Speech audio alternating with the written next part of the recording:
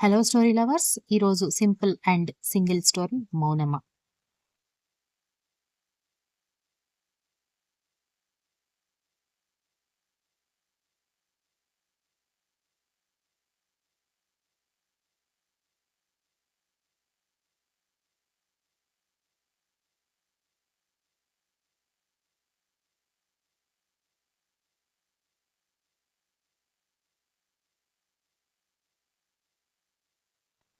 ఎప్పుడు ఉదయాన్నే లేచి ముగ్గు పెట్టే తల్లి ఉదయం 9:30 అవుతున్నా కూడా ముగ్గు వేయకపోవడంతో ఆశ్చర్యంగా వంటగదిలోకి వెళ్ళింది చూసినా అక్కడ కూడా తల్లి కనిపించకపోవడంతో అమ్మకేమైంది?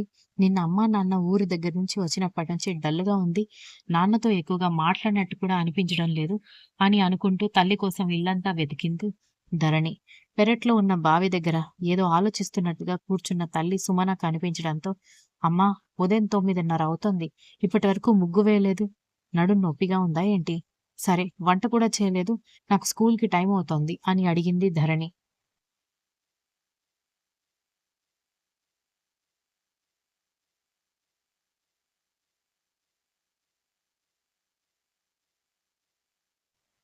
సుమన కూతురు వైపు ఒకసారి చూసి తన చీర కొంగు చివర కట్టుకున్న ముడి విప్పి అందులో ఉన్న ₹20 చేతిలో పెట్టి, బాబాయ్ హోటల్‌లో టిఫిన్ కొనుక్కొని ఈ పూటకి స్కూల్‌కి వెళ్ళమ్మా అని చెప్పడంతో, ఎప్పుడైనా బాబాయ్ హోటల్‌లో గుమగుమలు వచ్చి టిఫిన్ తెచ్చుకుంటానన్నా ఒప్పుకోని తల్లి మొదటిసారి కొనుక్కోమని డబ్బులివ్వడం ఏమీ అర్థం కాక, ఖచ్చితంగా నాన్న బాధ పెట్టేలా ఏదో మాట్లాడి ఉంటాడని అనుకుంటూ స్కూల్ బ్యాగ్ తీసుకొని వెళ్ళిపోయింది.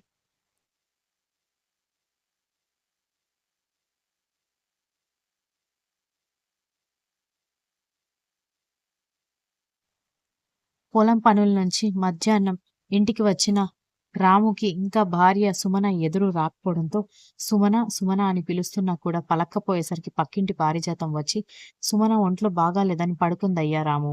నేను రసం బెండకాయ కూర తీసుకొచ్చానులే. ఈ పూటకి నేను తెచ్చిన భోజనం చెయ్యి అని భోజనం పాత్రలు ఇచ్చి వెళ్ళిపోయింది. రాము కోపంగా ఇప్పుడు నేనంత కాని మాట ఏమన్నానని ఇలా మౌన దీక్ష చేస్తుందని కోపంగా అనుకుంటూ పొలం పనులు చేయడం వల్ల ఆకలి ఎక్కువగా ఉండేసరికి కోపంతో భోజనం చేశాడు.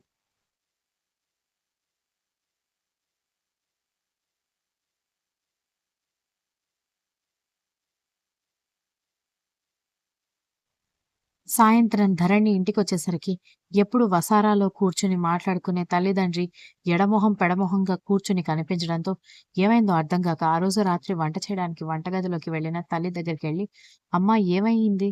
ఉదయం నుంచి మౌనంగా ఉన్నావు అని అడిగింది.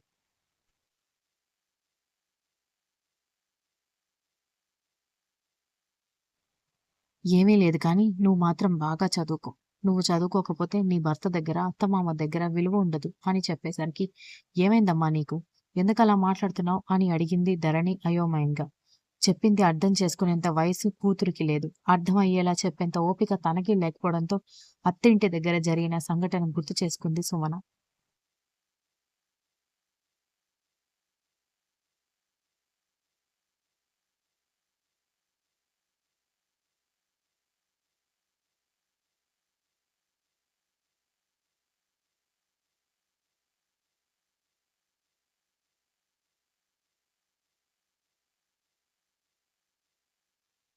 సుమన మరిది పెళ్లి కోసం పూలు, పండ్లు పెట్టుకుంటున్నారని చెబితే స్కూల్‌కి సెలవు పెట్టను, మాస్టారు కొడతాడని ధరణి గొడవ చేయడంతో పక్కింటి పారిజాతానికి ధరణి బాధ్యత అప్పగించి రాము, సుమన ఇద్దరూ మరిది పూలు, పండ్లు కార్యక్రమానికి వెళ్లారు. మరిది బాగా చదువుకున్నాడు. అదేదో ఎంఎస్సో ఏదో చేశాడు. అమ్మాయి కూడా బాగా చదువుకుందని ఆడపడుచు మాటల్లో తెలిసింది. పూలు, పండ్లు కార్యక్రమం బాగా జరిగిపోయిన తర్వాత ఆ రోజు సాయంత్రం అందరూ కూర్చుని మాట్లాడుకున్నారు.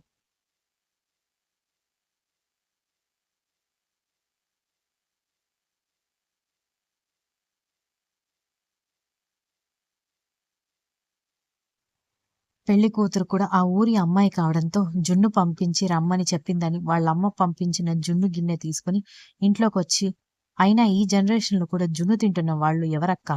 ఏ పిజ్జానో, బర్గర్ తినాలి గాని అని చెబుతున్న కాబోయే తోటికోడలు మాటకి, ఆమె మాటల్లో కొన్ని ఇంగ్లీష్ పదాలు వస్తూ ఉంటే, ఆమె మాట్లాడుతున్నది ఏ భాష అర్థం కాకపోయినా చిన్నగా నవ్వి ఊరుకుంది.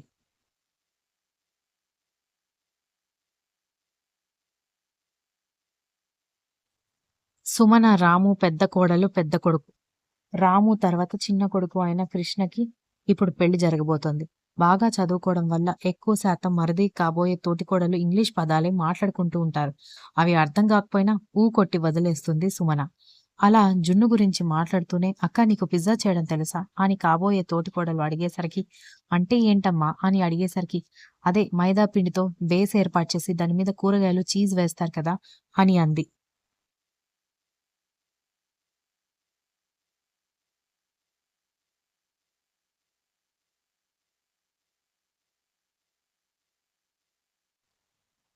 అదే కదా! నేను చేస్తాను. నువ్వు కూర్చో అని చెప్పి మైదా పిండి కలిపి రొట్టెలాగా చేసి, కూరగాయలు పెట్టి, మరొకసారి చపాతీ కోళ్ళతో రౌండ్‌గా చేసి, తర్వాత పెంక మీద వేసి, చపాతీలాగా 2 సార్లు తిప్పిన తర్వాత, "ఇదిగో నువ్వడిగింది తీసుకొచ్చాను" అని తీసుకొచ్చివ్వడంతో పగలబడి నవ్వింది కాబోయే తోటికోడలు. దాంతో ఆ అమ్మాయి ఎందుకు నవ్వుతుందో అర్థం కాక సుమన అయోమయంగా చూస్తుంటే, "అయ్యో అక్క! నేను పిజ్జా అడిగితే నువ్వేంటి ఆలు పరాటా లాంటి ఐటెమ్ ఏదో తీసుకొచ్చావు. పిజ్జా అంటే ఇది కాదు" అంటూ తన మొబైల్ ఓపెన్ చేసి అందులో ఉన్న పిజ్జా ఇమేజ్ చూపించింది.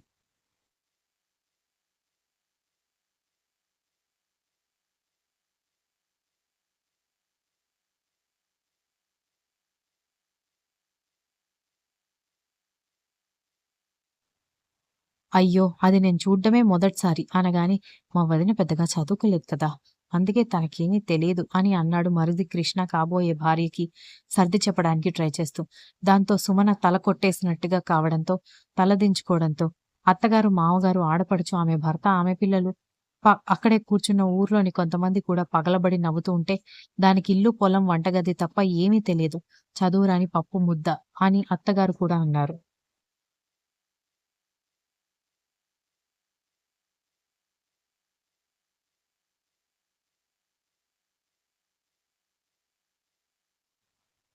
సుమన బాధపడుతూ భర్త వైపు చూడ్డంతో, అదే ఒక మైదా పిండి. అది ఒక మైదా పిండితో రొట్టె చేసి తీసుకొచ్చింది. "పోయి పోయి నువ్వు మీ అక్కని ఎలా అడిగావమ్మా" అని రాము కూడా అనగానే, బాధపడుతూ సుమన లోపలికెళ్ళిపోయింది. తన గురించి తెలిసి తనని కోడలిగా, భార్యగా చేసుకున్నారు. పైగా చిన్న కోడలు రానంత వరకు కూడా అందరికీ తలలో నాలుకలాగా మెదిలి, అందరికీ గొప్పగా చూపించుకున్న పెద్ద కోడలు నవ్వుల పాలవుతూ ఉంటే, సపోర్ట్ చేయాల్సిన అత్త, మామ అందరితో కలిసి నవ్వుతూ ఉంటే, వెనకేసుకు రావాల్సిన భర్త కూడా అలా మాట్లాడేసరికి బాధగా అనిపించింది.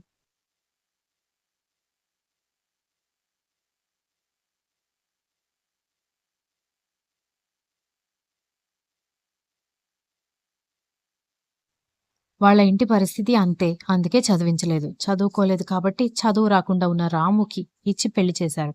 అదే బాగా చదువుకొని ఉంటే బాగా చదువుకున్న కృష్ణ లాంటి అబ్బాయికి ఇచ్చి పెళ్లి చేసేవారు.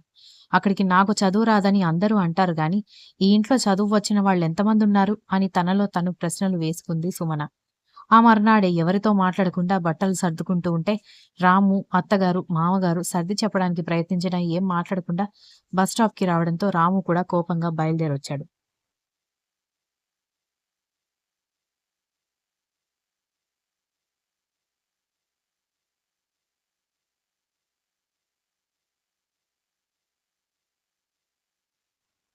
అప్పట్నుంచి సుమన రాముతో మాట్లాడడం లేదు.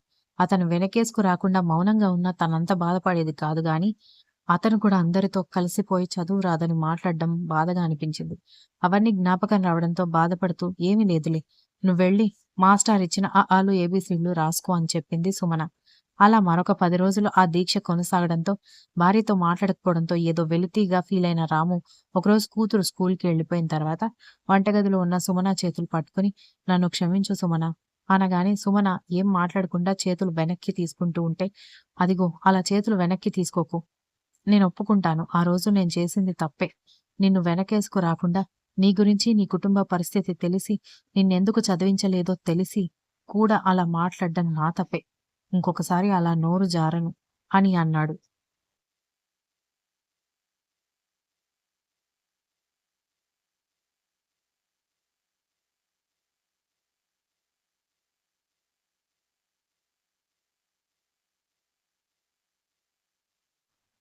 సుమన మౌనంగా కన్నీళ్లు పెడుతుంటే, "దయచేసి ఏడవకు సుమన.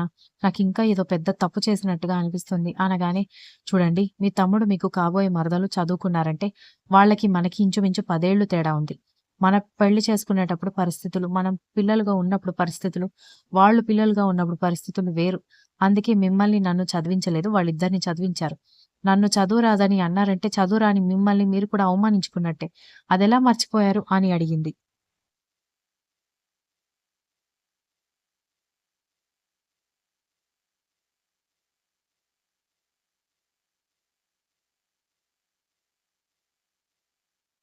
"క్షమించు సుమన" అనగానే మరొకసారి ఇలా మాట్లాడితే నేను ధరణిని తీసుకొని మా ఇంటికెళ్ళిపోతాను. మరో చదువొచ్చిన అమ్మాయిని పెళ్లి చేసుకోవచ్చు మీరు అనగానే "అలా అనకు సుమన. తప్పు చేశానంటున్నాను కదా! అయినా ఎంత అప్సరస తెలివిగల ఆడపిల్లొచ్చినా నీలాగా నన్నెవరూ ప్రేమించలేరు" అన్నాడు. ఇంట్లో ఏదో పుస్తకం మర్చిపోయానని తిరిగి ఇంటికొచ్చిన ధరణి తల్లిని, తండ్రిని చూసి సంతోషంగా కన్నీళ్లతో నవ్వుకుంటూ తన పుస్తకం తీసుకొని వెళ్ళిపోయింది. Continuous. If you like the story please like, share, comment and don't forget to subscribe.